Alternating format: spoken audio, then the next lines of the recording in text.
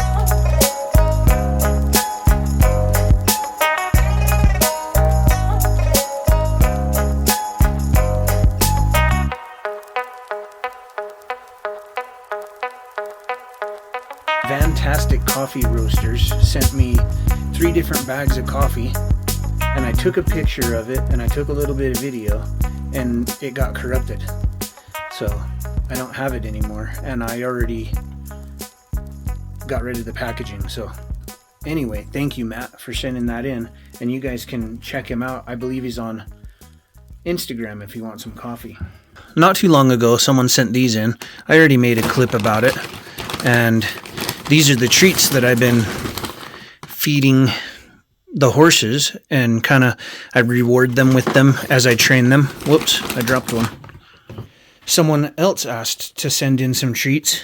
What, you want to try one? For the horses. And so I just added the larger bag. This is only twice as much money. Whoops, buddy. And, I mean, it's a lot more. I think it's the same thing inside. You know what I got that you'll want, buddy? You'd prefer this. He might not even take this. He's picky. I'll give one to each of the dogs. One treat. Good boy. He left the horse treat. Ah, I see. It looks like it's the same thing, just in a larger chunk. And so there's the littler ones that came in the smaller bag. And I think this is probably the better deal if you got horses.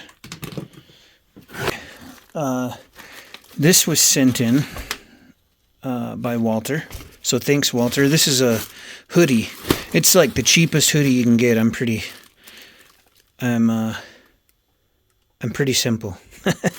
So I've I'm down. I don't even have a nice one anymore. So these are like $15 on Amazon. So thanks, Walter, for sending that in. And then this one says, may you be happy, may you be healthy, may you be safe, may you be at peace, may you be loved, Farron. And the other day I was jerry-rigging up that spigot on the water tower because the other one broke. Gosh, I'm having a hell of a time today. The other one broke because it has some plastic parts, and this one doesn't, so should be pretty good to go.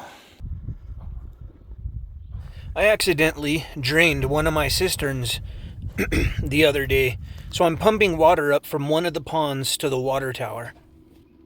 I planted almost 600 onions the other day. In fact, I had so many that I had to plant some outside. I wasn't expecting 100% success, but they've been doing pretty good for the most part. And the ones inside the greenhouses, well, they're doing pretty well, phenomenal, I would say. At this point, I would say I'm probably part of the herd.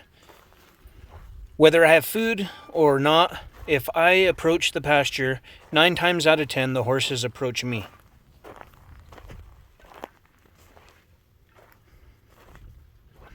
This perspective right here, the horses are close to the corner of the property. I think it shows just how large 2.5 acres is. I think that a lot of people believe that it's much less land, but 2.5 acres is way more land than most houses are on a lot in the city.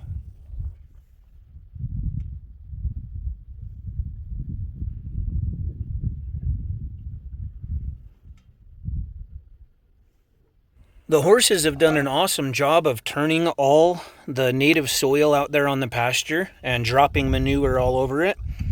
And I've been heavily considering, I like to leave it open because I love to see them run. So I don't know if there's a way I can do this where they could run freely most of the time. But if I was to close it off into 4 separate sections, then I could grow feed for them and, feed them on one lot and have grass growing on the other 3 lots.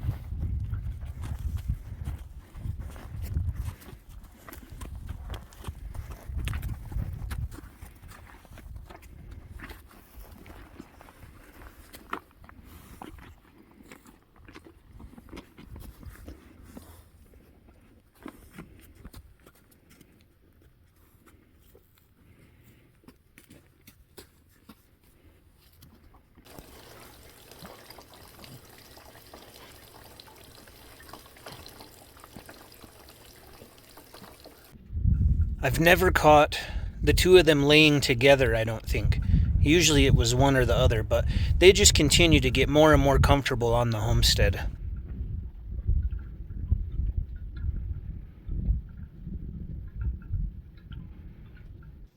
Just the other day, I cut down all the greens in the geothermal and planted onions. I cut down the greens so I could see in between the areas of soil and put down new soil, and a bunch of that foliage has already grown back.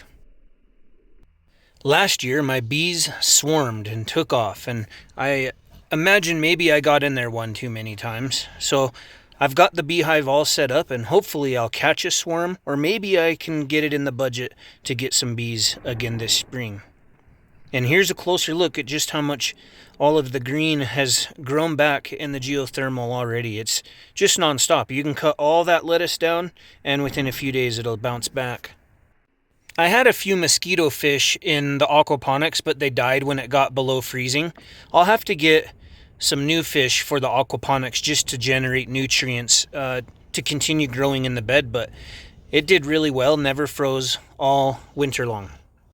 I've been almost flawless with my diet and continuous working out since December. I'm down 15 pounds now.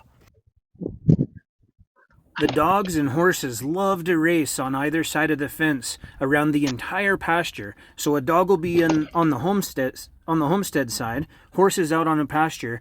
They'll race around the entire square to one end of the pasture, turn around and go all the way back, and they'll continue and do it as fast as possible for about 15 minutes at a time. And it doesn't matter if it's Incas or Stapes, they both run and play like that. And Helga probably She's not really cut out for running that hard anymore. It was windy as hell yesterday. I mean, it's been way windier, but comparably to recently.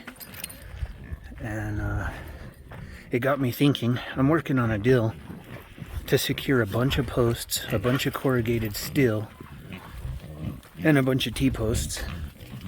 And the plan is to continue to close in the entire stables and maybe even the round pen, so that instead of being able to see through it, it'll be completely covered.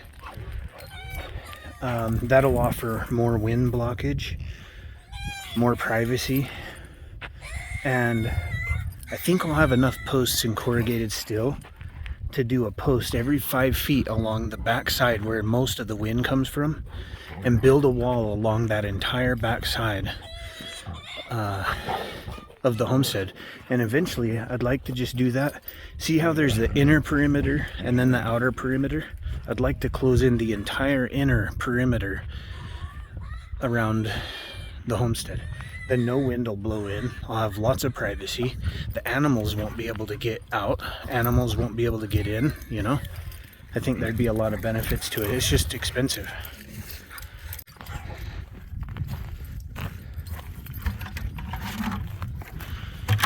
So I just realized I might potentially have enough to fence that entire back fence, so to be completely solid.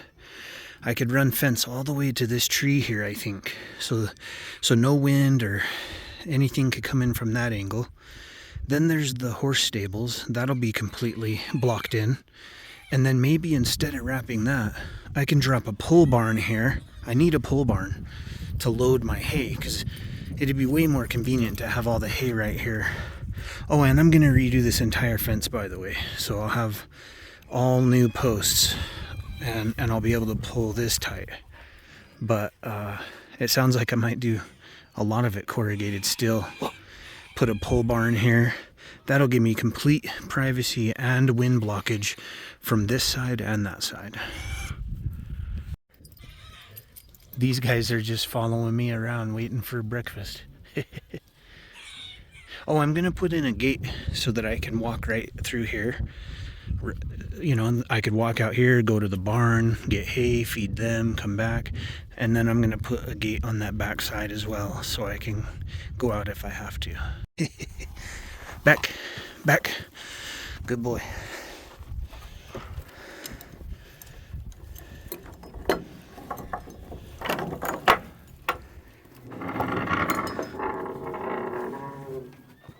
Good boy.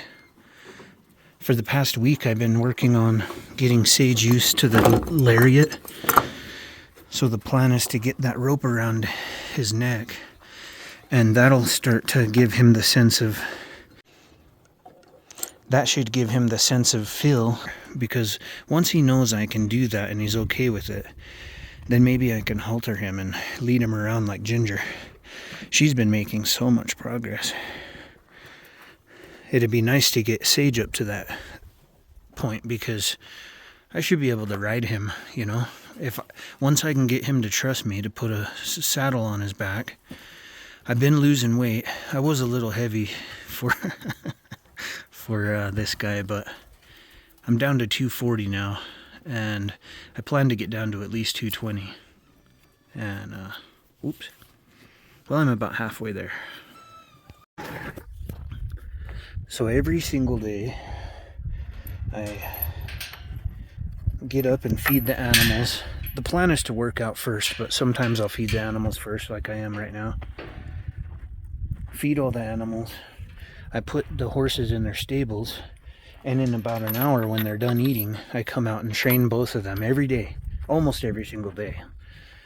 Sometimes I gotta, you know, run to the city or something, and that day I don't train them,